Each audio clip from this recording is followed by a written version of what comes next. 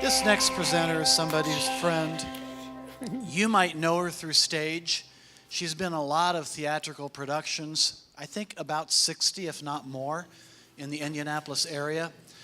But really, she's the heart and soul of the Vagina Monologues for years here in Indianapolis. I've seen her perform many times. Powerful. When she auditioned, Steve and I saw her perform, but also saw her deep vulnerability, and it touched our hearts, and I know it'll touch yours. Please welcome Jenni White to the stage. Thank you. Thank you. Thank you so much. Hi.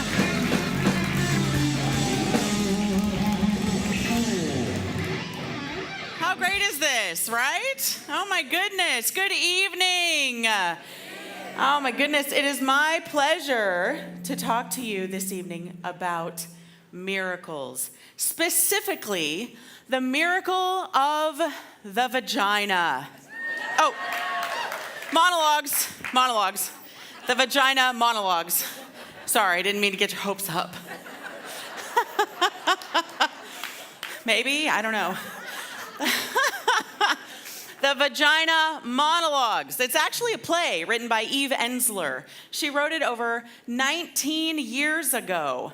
And I'm here to tell you about what a miracle it has been in my life and in the lives of countless others. So we're going to back up all the way to 2002 to when the very first miracle in my life occurred.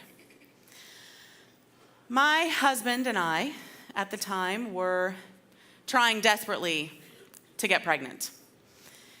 At least 2 years or more of counting and charting and testing and, oh my gosh, exhausting. Finally to find out that my ovaries were basically kaput. I was told that I was infertile, and I was devastated. I wanted desperately to try something else, but we didn't have the funds to go another further for IVF or IUF, and so we looked into adoption and didn't have the funds for that either. And so I was kind of groveling in that desperation and needed a distraction. So later that year, in 2002, I found out that somewhere they were doing a play about vaginas, and I thought I would go audition. I mean, I have a degree in theater, I've done shows, and so this was not a really big deal for me, but I'd never heard of this play before. So I went to the library and I checked it out, and I read it from cover to cover, and I was shocked and intrigued and a little intimidated. But I decided to go and audition anyway. So I walk in, and there's, 30 women reading the script and trying to figure out what they want to do, and I thought, I'm going to have to wow them in order to get a part because there's so many people.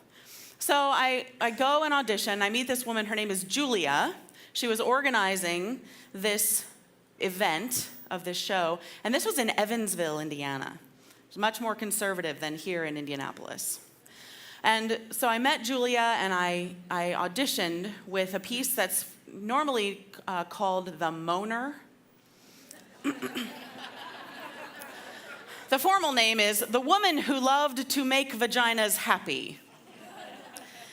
That's the part I auditioned with, and that's the part I got.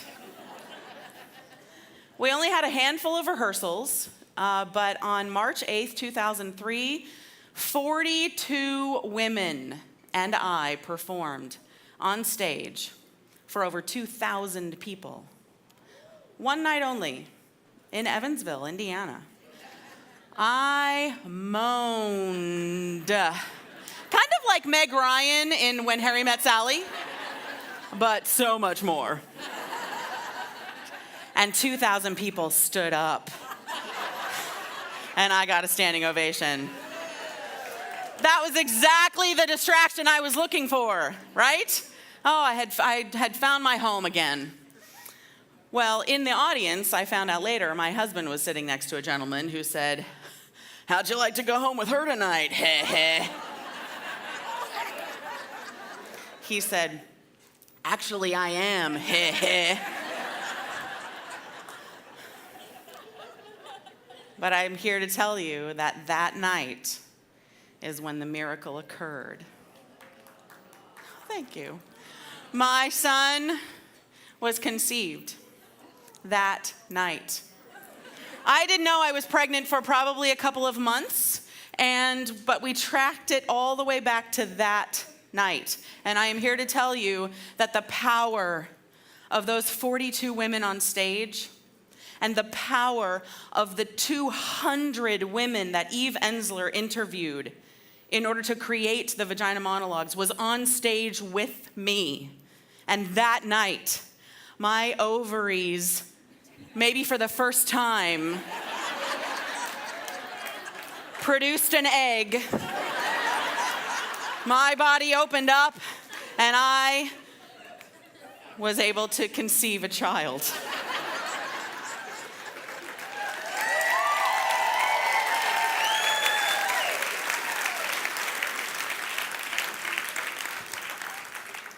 On November 24th, 2003, my miracle son was born.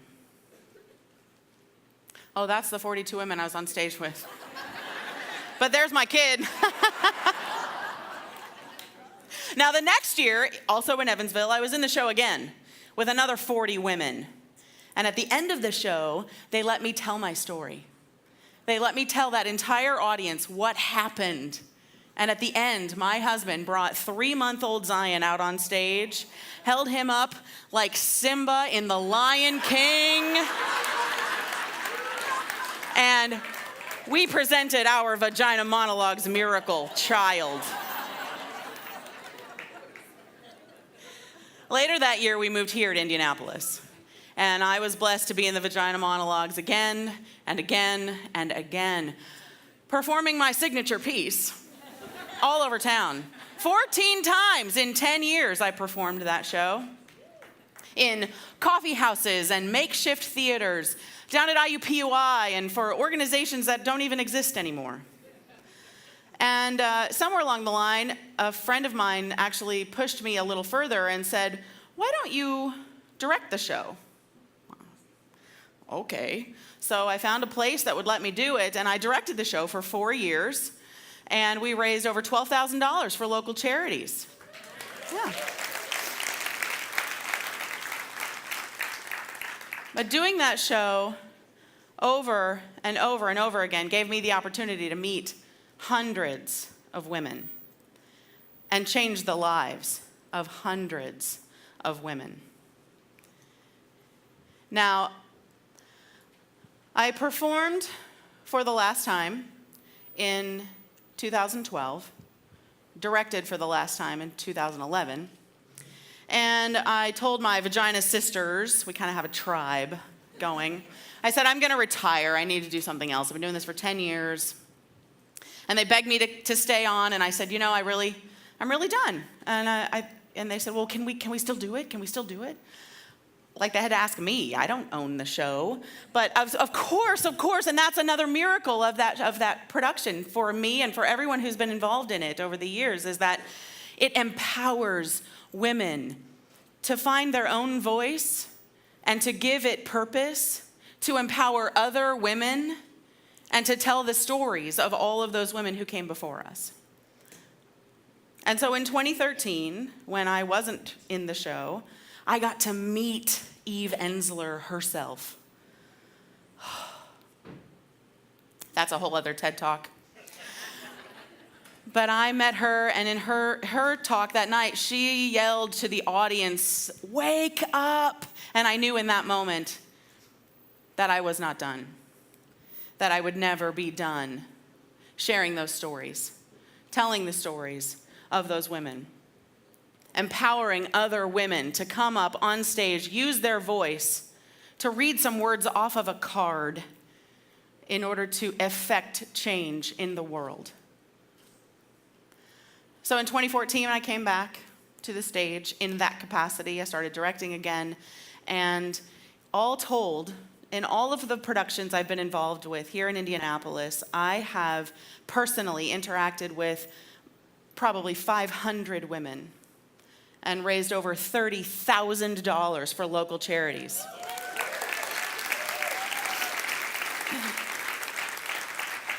And what's amazing about that to me is that all we're doing is telling stories, much like tonight. We're just telling the stories of the women that came before us because one woman had the guts to ask a very, very simple set of questions. If your vagina could talk, what would it say? If your vagina got dressed, what would it wear? What does it smell like? What's special about your vagina? Eve Ensler asked just those questions to 200 women around the world and very unintentionally created a movement. She wrote a play that then intentionally changed the lives of hundreds and thousands of women around the world, and it's happening still today. Just by asking those questions. So, I have one more personal miracle to share with you, and that is the miracle of true love, which you probably guessed came at me through the Vagina Monologues. I didn't see it coming. But last year, I met the love of my life. Another Eve.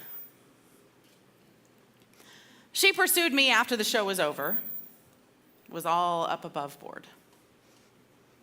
And I'm so glad she did. I didn't know it at the time, but this would be perhaps the biggest miracle of my life since Zion. I was afraid and resistant, and I didn't know how I could accept such a love in my life.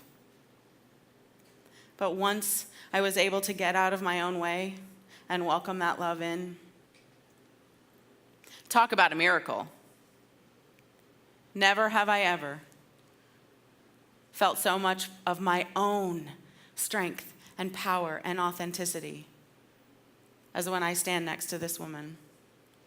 And we stand with all of the women in all of the productions that we have been blessed to be a part of. I say we because in the last 2 weekends, we've raised over $11,000 alone, right here in Indianapolis, for Coburn Place Safe Haven, which is where I work. My ability to empower women and my desire to change the lives of others has come together in being able to work in that location. Who, again, another miracle to me of this show, that woman Julia, who organized it back in Evansville in 2003, is my boss here in Indianapolis at Coburn Place. It's all connected, folks. But I will say that for as long as I have breath, I will use it to tell the stories of these women, to bring women together, to help them know that their stories are true, to give them space to ultimately end violence against women and girls once and for all, because that will be the ultimate miracle. Thank you.